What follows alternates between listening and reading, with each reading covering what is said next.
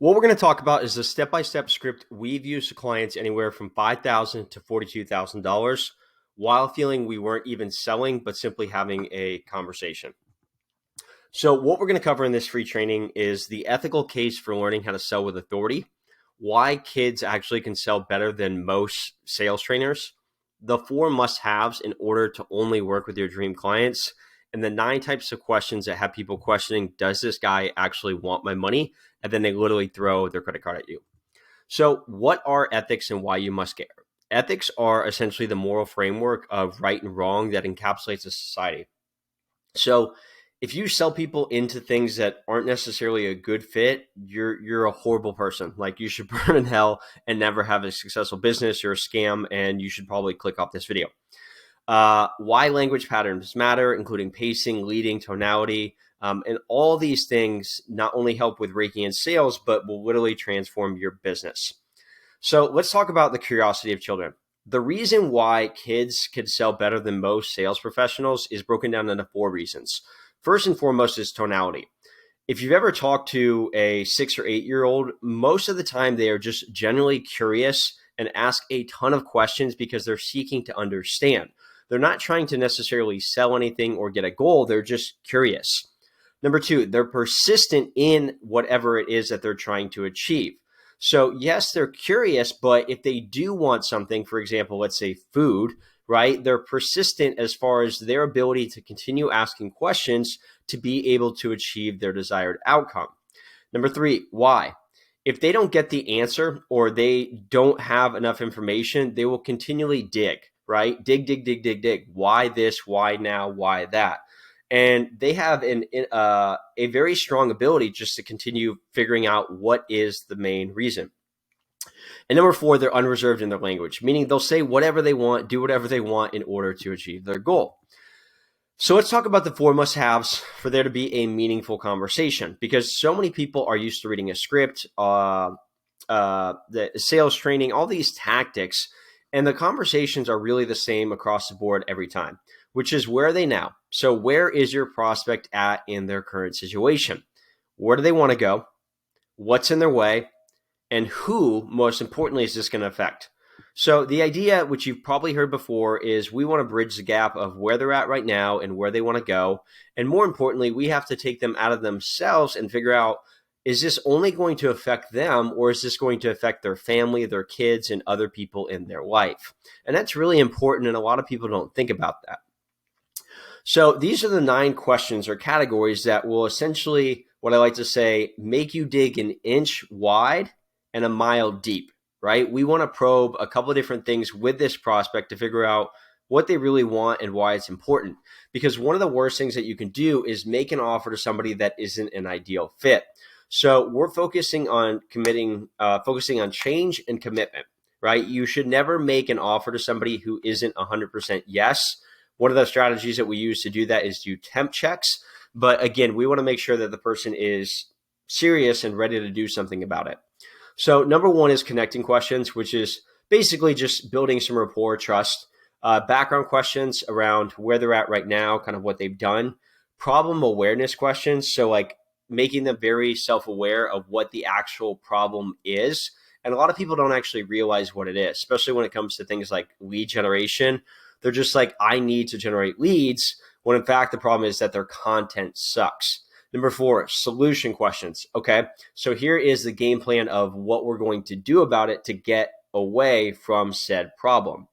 Number 5, gap consequences.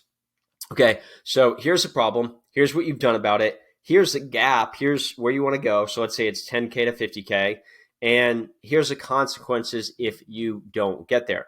Now, to be very transparent, consequence questions work better in some areas, but not all areas, because there is going to be certain people that you speak with or talk to who just want to make more money, right? So there isn't really a pain for them. It's more the impact that they're leaving on the table that they could create if they took that next step.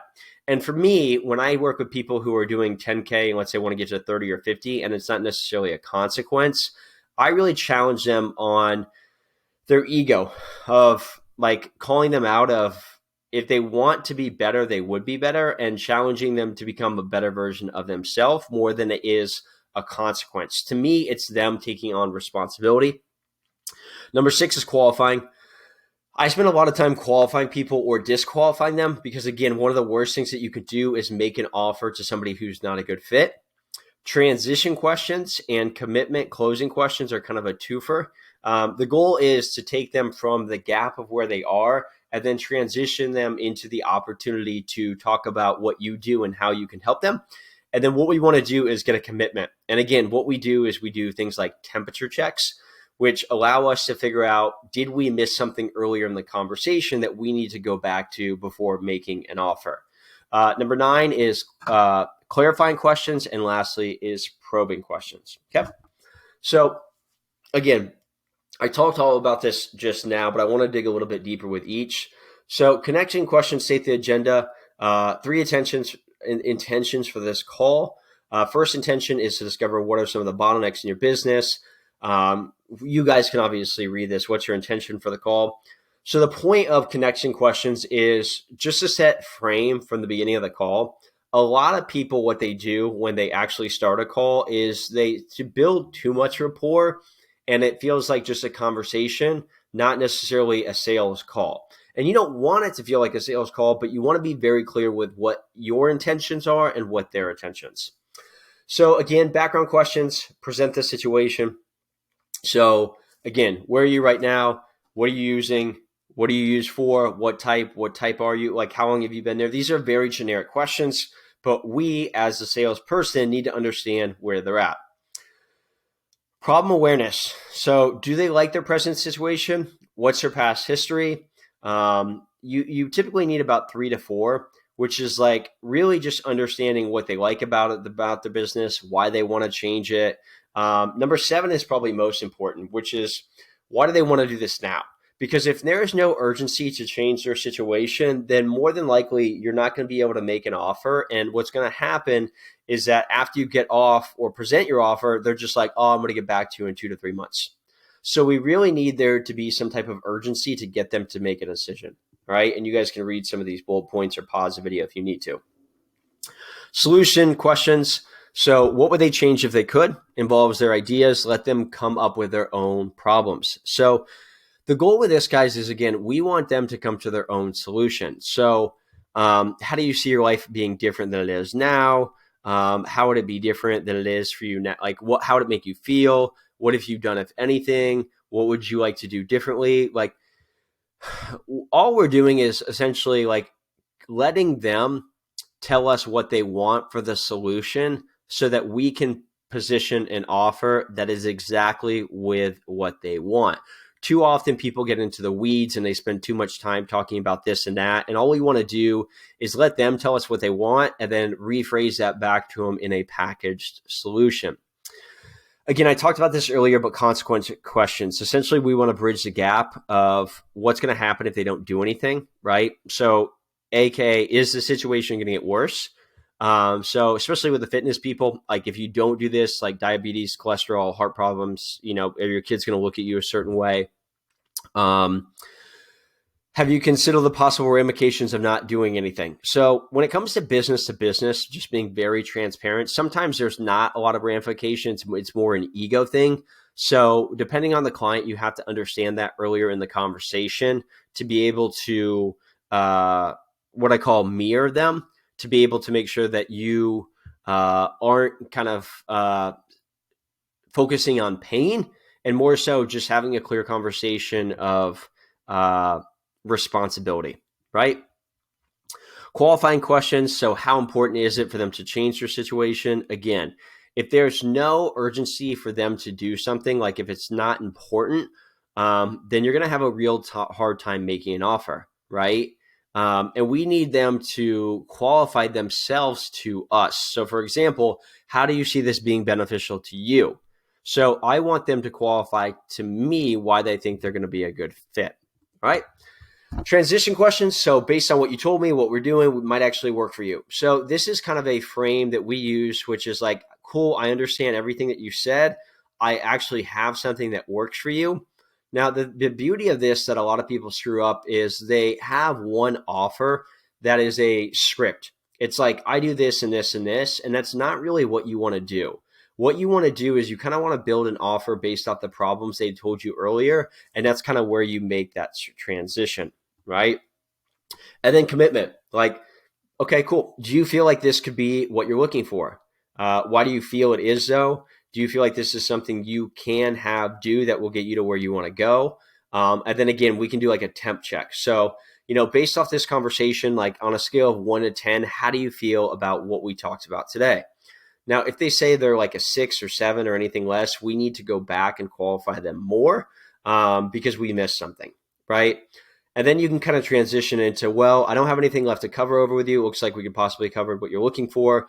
Really, the next step is make some type of arrangement for getting you lead generation started.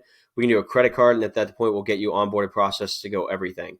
What type of credit card do you want to use? Do you want to use a Visa or MasterCard? Like, these are all transition questions that you can use. One of the best things that I would tell you to do is assume the sale. A lot of people actually shoot themselves in the foot because they continue to ask questions when the person is all ready to buy. So again, how do you drop the actual price? And you get this all the time. What's the price? Sure. So a lot of people want to do fancy things to dance around the question, but you want to be very straightforward, which is, so the investment of the solution is only X. Okay. So the investment for the solution is only $8,000. If you decide to move forward, what we'll do is solve your lead generation problem so you never have to struggle creating content again and have a predictable lead generation system in place so you're not wasting time and energy and actually can enjoy what you do and spend time with your family. Something like that. I just spitball that. And then just shut up. Shut up, shut up, shut up. What happens is a lot of people shoot themselves in the foot again because what they do is they don't give the person enough time to think. So let's say I said $8,000. That's it. And what's going to happen is a couple things. One, they're going to probably moan and complain. Yeah, it's a lot of money. Now, what happens with a lot of people is they're very quick to go, oh, well, we got payment plans. Just shut up. They said it's a lot of money. Cool. Yeah, it is a lot of money. But you want to get to $20,000, $30,000, $50,000 a month. You don't need to say that, but give them time. So there's been plenty of times, guys, where I've been on a coaching call for, $8,000, $10,000, $20,000, whatever. And they're like, $20,000. That's a lot of money. And I don't even say anything. And then they're like, all right, I'll buy. I'm in, right? Or they might say, hey, do you have payment plans? Cool, totally understand. What would a payment plan work for you that would make you feel comfortable to be able to get started today? And they'll be like, I put down 4,000 today. Cool. So what card did you want to use for the 4,000? And then we'll come up with a payment plan after. Do you want to use a Visa or MasterCard? Like, you just got to assume. So if they say $4,000, if it's a good investment or a good breakdown of what you charge, just take the money, guys, and do a payment plan. A lot of people are very quick to spit a payment plan without figuring out what they're willing to invest. So what do I mean by that? Let's say I sold a $10,000 program. Okay. And they're like, oh, do you do a payment plan? And I'm like, yep, we do, 4 installments of $2,500. And they're like, okay, cool. If I said yes, what would be an investment that would allow you to get started today that you would be comfortable with? They could have been like, $5,000, right? So I could have lost $2,500 on the front end that I could have got if I just gave them room to talk, right? Again, assuming is the kiss of death. So a lot of times we make assumptions based off what somebody says. So we always want to clarify, which is, what do you mean by that? When you said this, what does that mean? Tell me more about that. Again, we need to continue to clarify and verify, because otherwise we are making assumptions, and assumptions are the worst thing that you can do, especially like what I said earlier about the payment plans. If you automatically assume that they're going to pay $2,500 when they could have paid $5,000, you're leaving money on the table. Probing questions, some of the things that you're going to get is anything else, how long, why, what inspired you, how'd you do that, who told you to do, like all kinds of questions, guys. And that's pretty much it.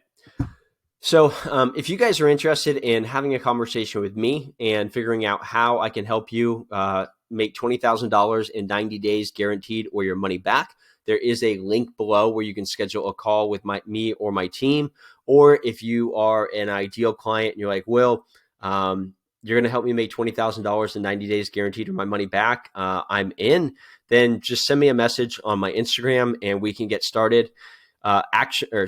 Money loves speed. So if you are a person that actually wants to grow your business, just do it. Like, stop wasting any time. We'll get you enrolled and you'll actually have leads coming in your inbox within 24 or 48 hours. So that's it, guys. And I'll catch you guys soon. Bye.